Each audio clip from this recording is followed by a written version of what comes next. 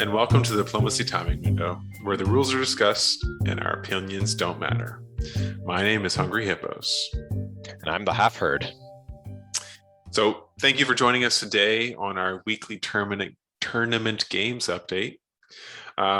Before we begin, we noticed on the Discord that there is some Discord on our commenting on these games. And so I think it'd be smart or wise of us to explain what our process is and where the lines are drawn so that we don't unduly influence any of the tournament games. We're going to comment on what's happened in the past, provide some criticism, fun criticism. Wouldn't be us otherwise, right? And obviously speculation as to why certain things have happened. We'll go into current state, but at no point in time will we start to offer advice or speculate beyond current state. What do you think, Alfred? Yep, I totally agree. But we'll try our best. If I let something slip, don't crucify me. Yeah, as we said before, we're trying. We're trying, and this is all in fun, right? We're here to have fun. So, all right, let's pull up. Yeah, we're gonna do the games and take a look at what has happened to get us to this current state. And here is game one. All right, round game two. One. Yes. Round two. I believe it is zeros across the board in the scoring. So yeah. No supports have been traded either. No, yeah. You're probably going to see later on. That's a pretty rare thing. Couple of interesting things that happened in this game this week. Necro did not choose anyone for trade refresh, and then only traded with Hakan. This one I found pretty interesting here was Yisrael for their first tech research opts for Daxiv animators instead of transparasteel plating. Yeah, I've not done that before. I wonder what Yisrael is thinking there. Yeah, in all my games as Yisrael, I've never even considered Daxiv as the option. I always go for transparasteel, even knowing, I guess, that it's doesn't have too much early game potential. I see Daxiv being a thing if you go for infantry too. Which, yeah, as the green tech path dominance that Yisrael has, I always find infantry 2 is just a natural progression. But I mean, you're going to get the greens anyway. Yeah.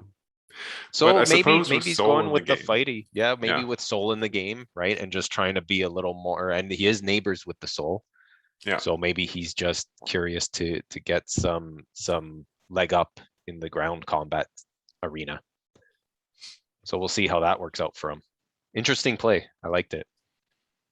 I like to see new things, shaking it up. Yeah, we'll see. We'll see in the future where it brings us.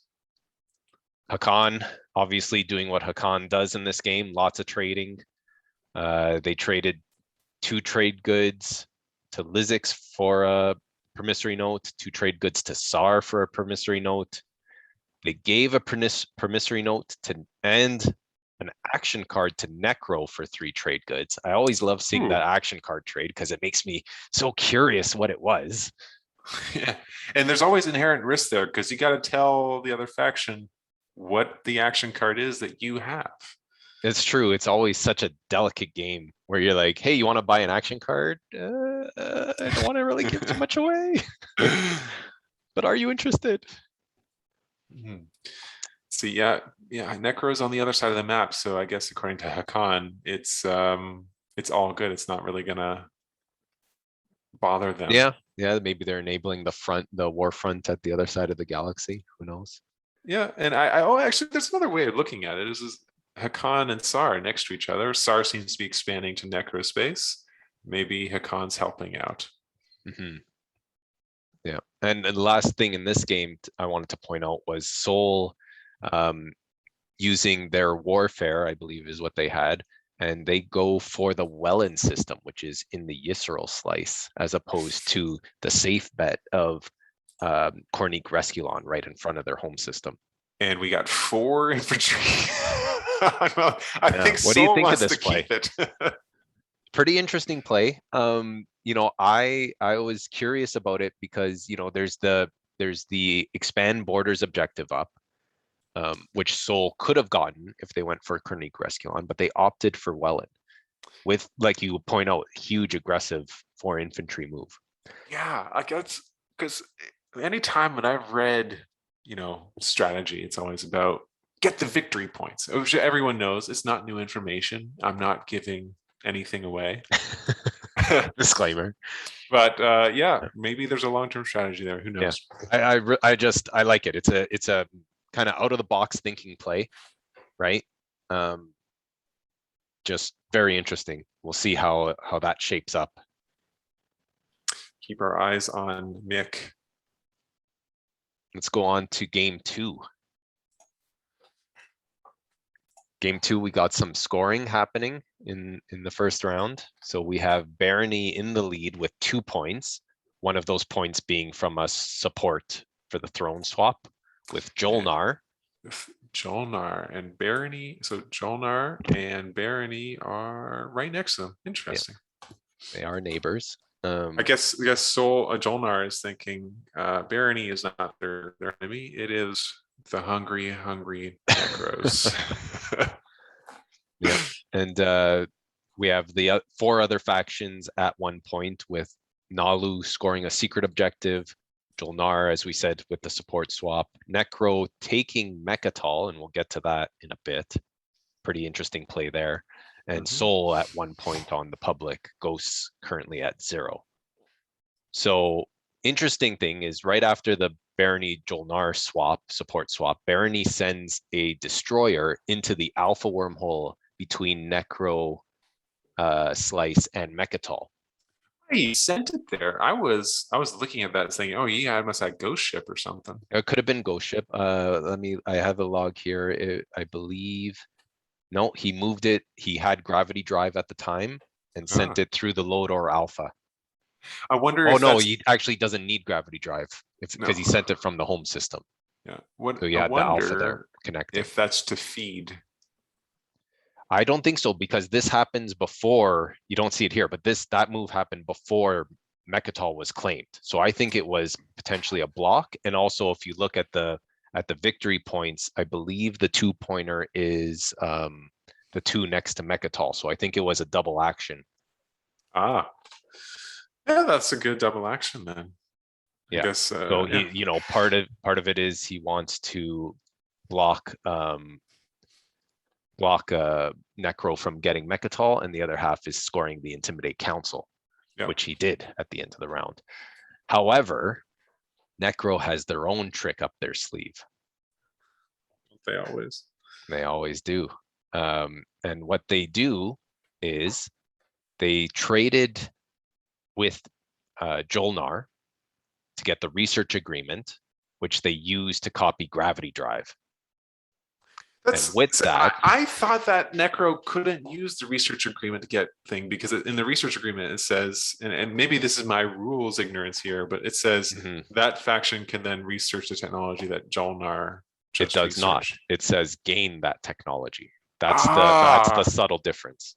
So Necro can in fact use it. So then Jolnar was smart there, because then they must have had some sort of unwritten agreement. It's like, I'll feed you the RA. Yeah, to not attack. Yeah.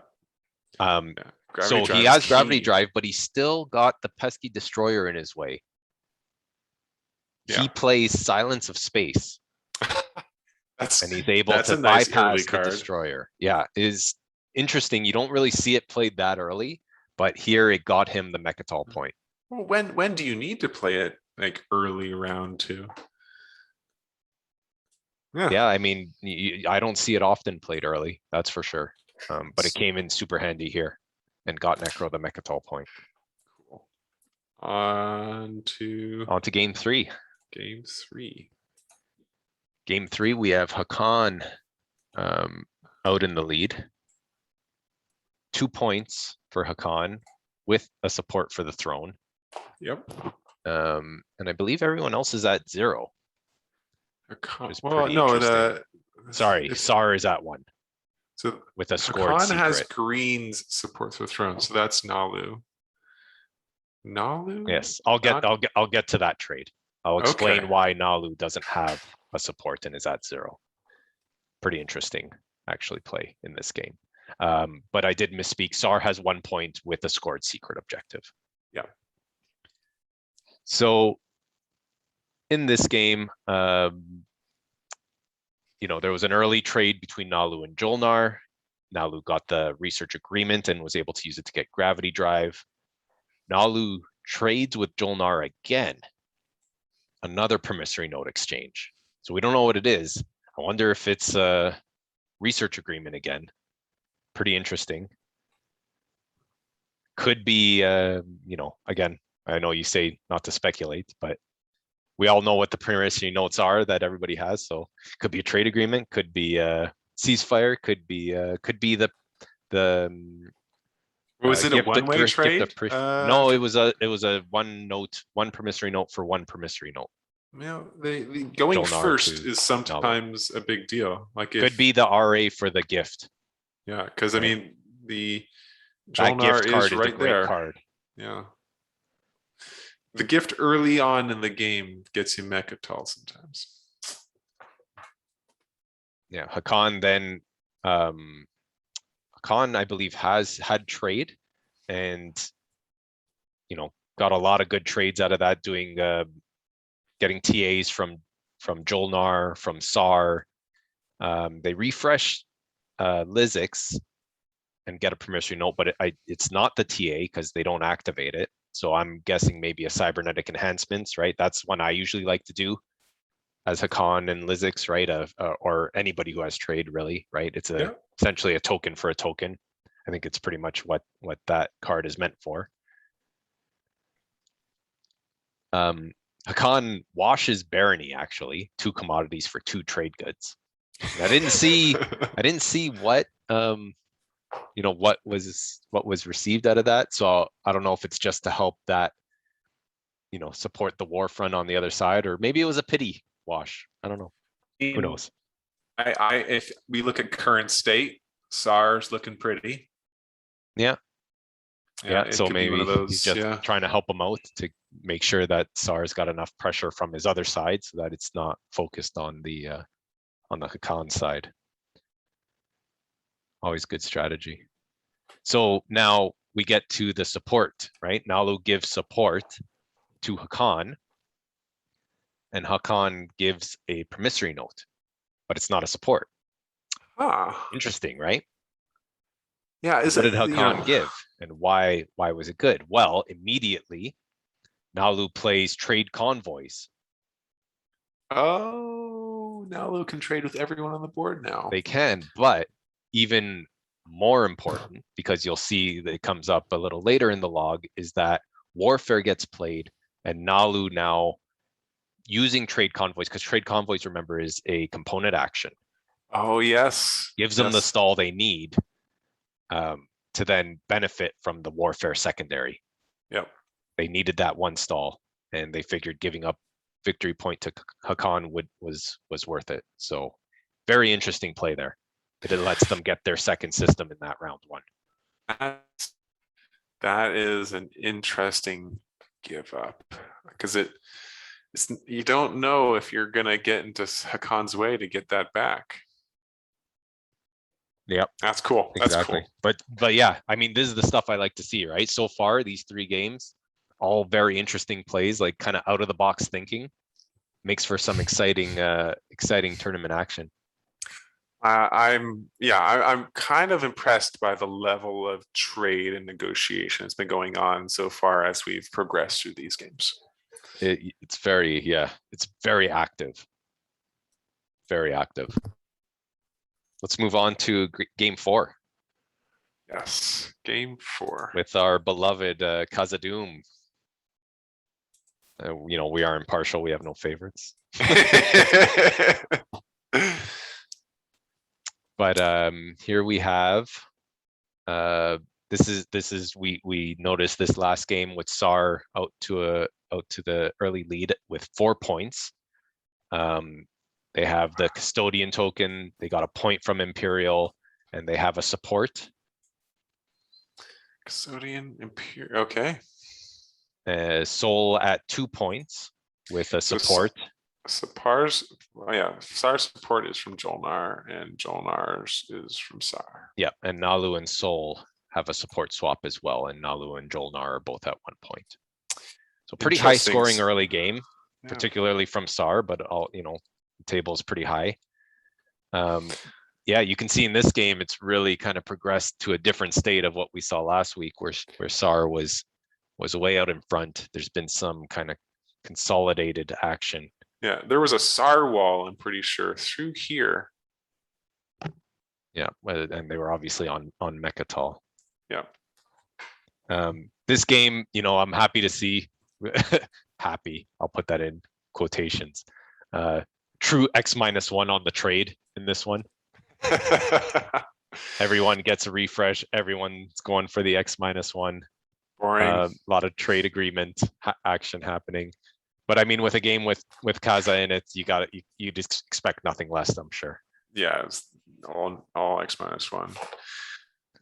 So a couple interesting plays here. Kazadoom on the Nalu, going for the mirror system, Arnhem Mirror, and is able to take Mir from. It is the most valuable planet there. It is the most valuable, but here's where it's important. If you look at the objectives, he takes Mir before Sar has a chance to play his Imperial strategy card. And if you look at the map, you'll see, right? Because previous to this, he had Centauri Grawl, he had Arnhem Mir, he had Mechatol, and had Lodor. So he had his 6 planets. Nalu takes the Mir and denies the expand borders from Sar. Yes, and apparently sway the council. Yeah, because and sway, and exactly. Mir. So Sar ends up playing the Imperial scoring, negotiate trade routes, but is denied the other two, because if that didn't happen, he probably could have scored for sure expand borders, or could have potentially chosen intimidate council, and then could have saved those trade goods to score at the status phase. But big bold play, and it paid off. Yeah, and I don't see an opportunity for Sar to get another objective, another public one anyway. But yes, it's a big change from last week. Yeah, exciting. It was a play I think that he probably felt he needed to make, and he was able to make it happen. Win the combat, take the planet, denies the point from Sar. Yeah, and with the support for the throne shop from Sol, he is secure on his other side-ish. Yeah, looking much better than he was previously. Yes, that's for sure. A couple other interesting things. Necro got research agreement in this game as well. Uses it to get hyper metabolism. Yeah, hyper metabolism. That's right. Well, here's the thing. As Necro, I have never been concerned about command tokens. If Jolnar is going to research 2 techs, why choose hyper? Yeah, I mean, I'm not sure. I'd have to look at the log. I'm not sure if Jolnar researched 1 or 2 in this game. It's true. I guess we can look at it right now. We have gravity drop. Oh, E-res siphons was the other one. He couldn't do that. Yeah, or he could. Necro. Oh yeah, Necro can get E-res. You can gain that tech through. It's a good question. I don't know how that works, because they're Valifor assimilators. Says when you would gain another player's tech. So I would assume it does work. No, that is not a faction technology. Oh, it's specific, right? It specifically says it on the research agreement, doesn't it? Yeah. Okay. So it looks like Necro had no choice. Yeah, I mean, it's still not bad. It's 1 less tech you have to focus on in combat. Yes. Still early on, it helps, right? In the first rounds. Yes, Necro doesn't have any issues later on. But I mean, it potentially frees up resources, right? Instead of needing 4 resources for tech to get tokens, if you're pretty flush, you can save that to build more plastic, right? So, I mean, sure. there's certain benefits, I suppose. I definitely hear what you're saying, though. But he also, if he had no choice, then Yeah, might as well take one thing other than hold it. You don't know what the next public objective is going to be. yeah. The other couple of events here, obviously, you can see on the board. Sol takes Mechatol. Actually, Sar trades Rag's Call to Sol to save his infantry. So smart play, I think. Mm-hmm. Live to fight another day. Needs those infantries. Sol does give Nalu military support 2 times for what appears to be pure military support. There was no real gain in return, other than, I guess, to help push the Sar war front. And you can see that Nalu makes more use of it right away by taking away Centauri Grawl. Indeed, yeah. And I mean, it obviously helps Sol to make it so that Sar can't come back to Mechatol anytime soon. But has he created a monster in Nalu here? Looking very strong Kaza, the sneaky mans. Yeah. Well, we'll see how the game progresses. Sar obviously got their work cut out for them. They're going to need to reconsolidate and regain their ground. Fun. That's game 4. Let's go on to game 5. Let's see. Got to. All right. Game 5. Game 5, we got Sol at 1 VP, scoring research outposts. Pretty interesting one. We'll get to that. Ghosts also at 1. They scored a secret objective. Threaten enemies. You can see their sneaky destroyer in the Quan system next to Nalu's home system. Wait, oh. Next, yeah. There you go. Yeah. And yeah, everyone else is at 0. The focus on this one, I kind of wanted to look at was the Sol play. Pretty impressive. Sol takes tech as their strategy card for the first round, and really just holds out till as long as possible to the end of the round. Plays tech, gets gravity drive, uses that to send their carrier not to Abyss Freya, where you would think is the obvious play. They go to Thiba next to Cha's home system, and with that, because they have a good slice where they have Grawl and Mehar Zul, they're able to score that research outpost, which is typically a very difficult objective, but they get it out of the way really fast. I'm really impressed with that play. Yeah, this is the example of going for the victory points instead of the secure position, because obviously having a Bits Freya as resource for beginning of next round yeah. is super attractive. I mean, I'd have a very hard time saying no to it. Yeah, I totally agree. That's that takes some real zen, I would say, to make that decision. What is interesting though is if it was diplomacy used at Hall, tech, warfare, leadership, politics. No, so I mean, it could. The turtles couldn't use peace accords, which I'm sure they would have preferred to have. But yeah, that Sol move was that's good. That was a good one. Yeah, that's great play in that game. I guess some other things were what do I have here? There was Sol had a trade with the Cha, and it gave them military support, it looks like, because Cha used it later. Okay. Sol doing X-1 with Necro, even though Necro or Sol didn't have the trade. Pretty cool. That is interesting. Okay. Yeah. And let's go on to game 6. All right, game 6. So here we have Sar at 2 with a support for the throne that he exchanged with Hakan. And they have one. Sol has one through Mechatol Rex. and Yasserol has one through spending the influence, which is it's a good Yasserol. You see that often from Yeah. Yasserol early, actually. Well, I mean, Happens. their home system's 5. Yeah, they have crazy good influence home system. Yeah, and then Lizix and Nalu are at 0.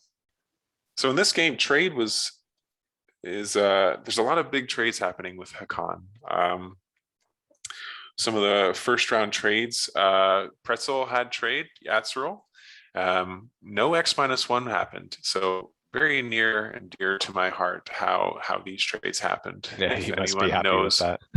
knows my angst, my Your antagonisms tendencies. to X-1, in contrast to Kaza's preference. But Pretzel, before he decides to replenish commodities of anyone else, performed some trades with L1, and then decides to offer a refresh to L1 and to SAR.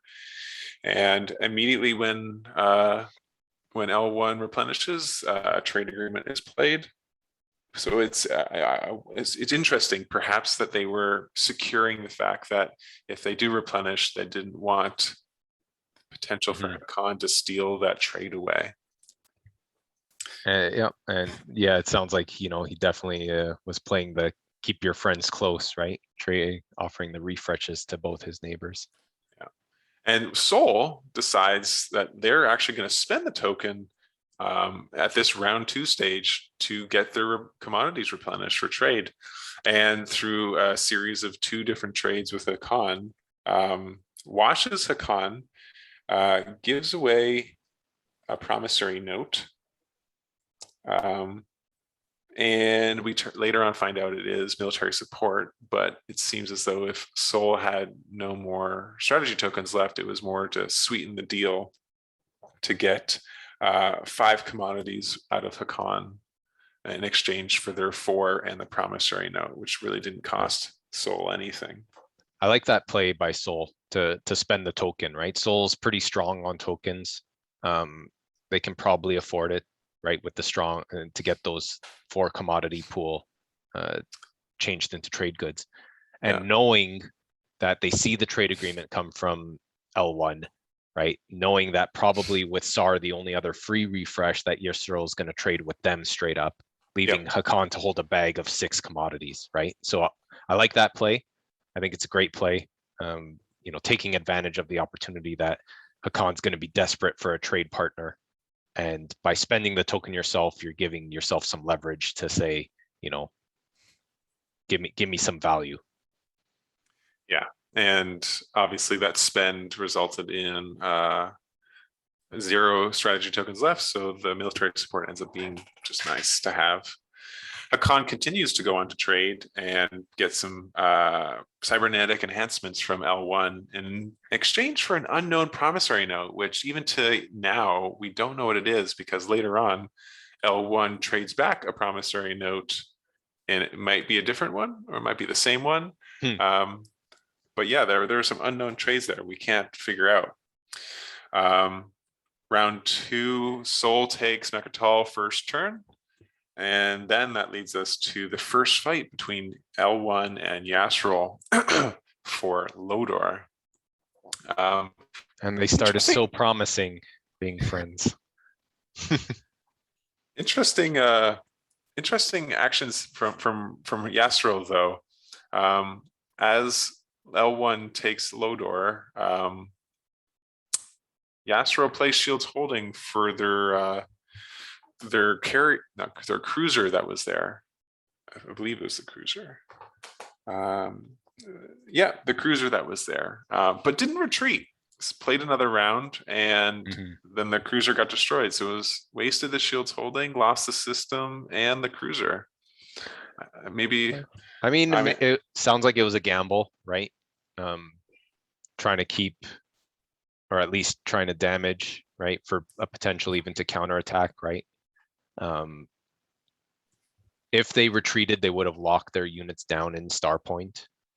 So, maybe the Shields Holding is just a gamble to try to either, pull off a big upset win in that fight, or at least to land a hit and make the counterattack I a suppose little that is more fair possible. because you don't want to lock that system down. You want to get over to Mayharzol, close Yeah. to Mekhitar Rex. Yeah, that makes sense. That's logical.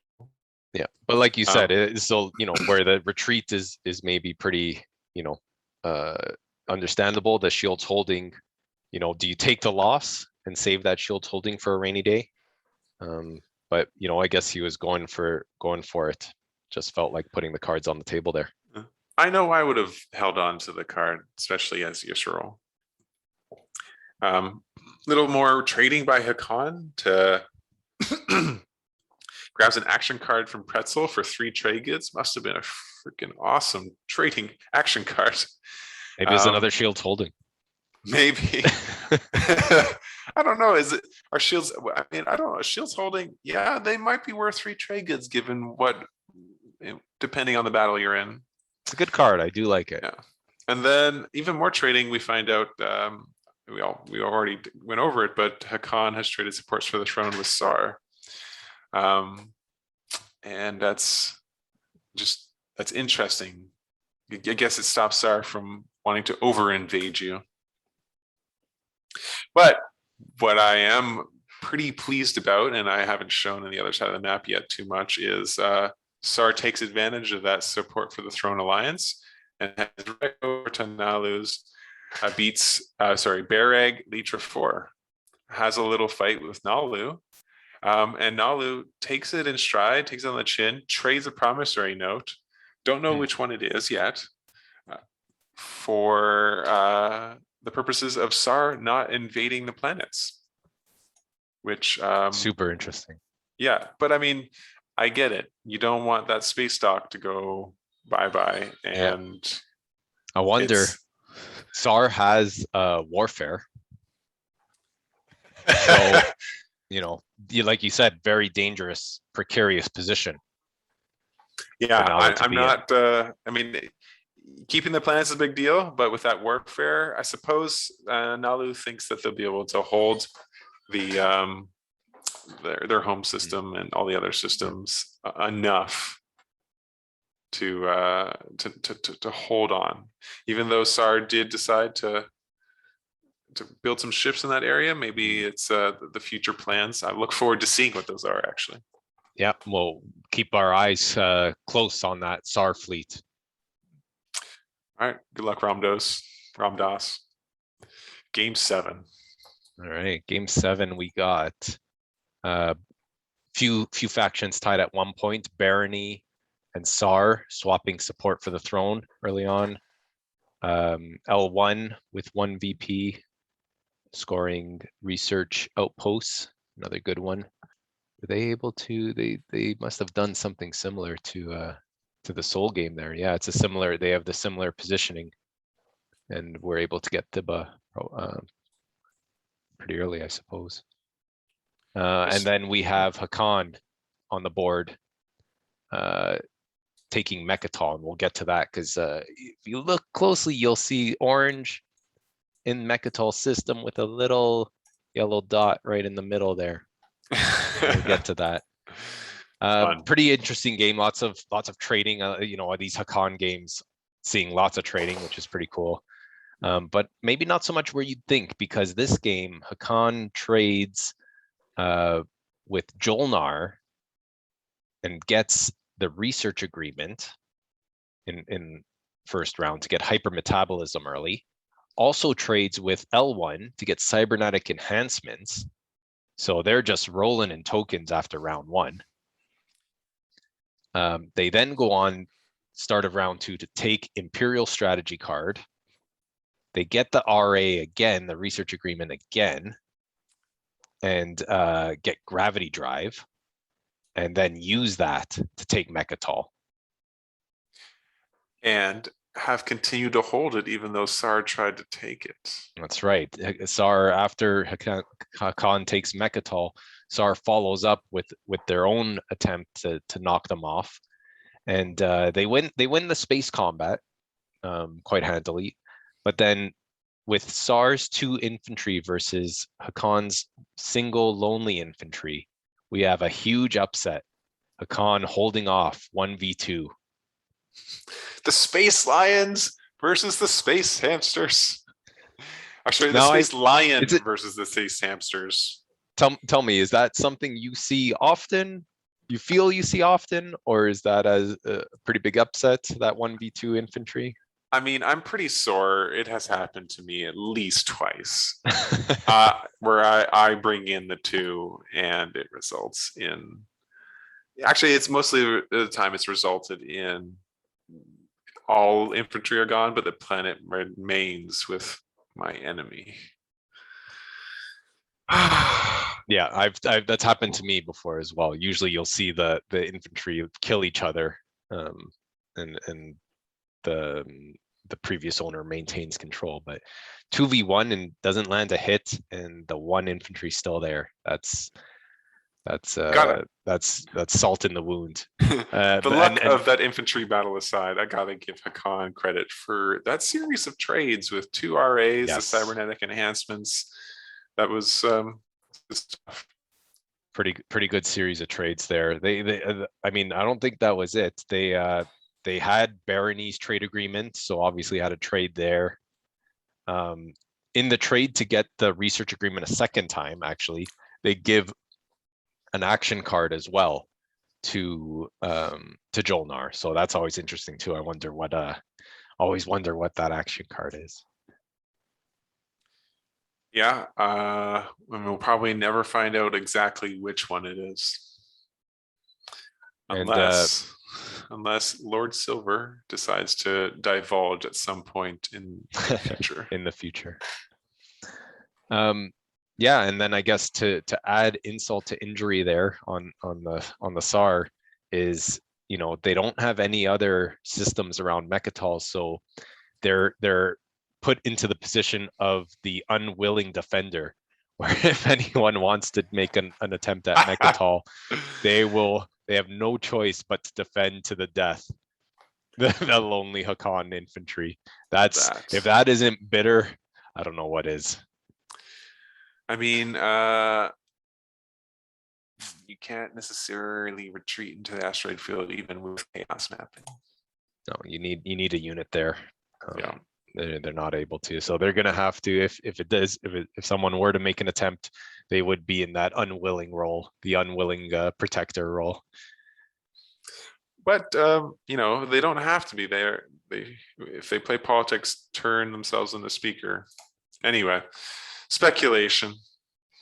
On to game 8. Game 8. Game 8 was I believe our last game to start. So they're still in the first round. Yes, we can see the slices are still being divided. Yes. So everyone is still at 0. There's been no support swaps, but that doesn't mean this game is not interesting. There's actually been quite a few good plays, and at least interesting plays. First one I'd like to point out, it's the top of the screen there, is Necro sending a cruiser to Centauri Graal next to Jolnar's home system. And what do you think? Is it a trade vessel or a tech vessel? It's tough because, you know, Jolnar has 2 dreadnoughts there, and if they don't want to give tech, I don't know if a cruiser's gonna hold up against that.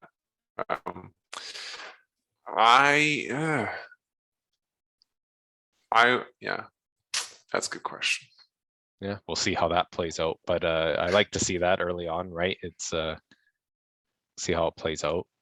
Yes. Winu spies Necro early on with the spy action card. Nice family-friendly hostility over there. On the trade front, Sardak chooses only Winu and Jolnar for free refreshes, leaving the others out. I'm guessing at X-1. I'd have to look at the log, but probably. All right. And then my favorite to finish off here is to end off with a bang. Have a look at the bottom of your screen there in the Cha home system and tell me what you see. Is that a first round Shaw That is a flagship? round one Chaw flagship, baby. The strongest freaking flagship in the game. Yeah, Way to go, I Jet love it. Squatch. How did they do that? Oh, yeah. I mean, Diplomacy. That's what it was. yeah. Did they take diplomacy in round one? Or are they? They did not. They actually took construction. They might have spent the token on trade potentially. Would they? My guesstimate, if I'm Shaw, I would have There was chosen actually diplomacy so I could do peace accords. Embers took diplomacy. I think I remember. Yeah, Embers took diplomacy, but I would have resolved it so that you can Yes, yeah, that's for sure how they did it. redo Beyreg, Leecher 4. Yeah. Grabbed. Yeah, they Would got they have? because with those Yeah, I 4 grabbed planets, Tarmon. they have eight resource and they used it all to build it. So there you go. Interesting. They got their PDS network up. Looking good. Yeah, that system is now shelled. Turtle. I love that though. Round one flagship. That's fantastic. Good for them. I'm happy these games aren't disappointing in the excitement front. I was thoroughly impressed going through all these games, the last couple days and looking through and just very like out of the box thinking, exciting plays, some action, some fighting, some, on the trade front, like you mentioned, just really active. And yeah, every game, bringing something to the table. It's great to see. And thank you to the competitors that have contributed to some of these notes in each of the games. Thank you for doing that. And any more exciting, fun little things happen, please let us know and we'll make sure to include it in next week's update. Yes, please do. Well, I think we spent enough time stalling in this timing window, so let's hit the pass button and keep the game moving.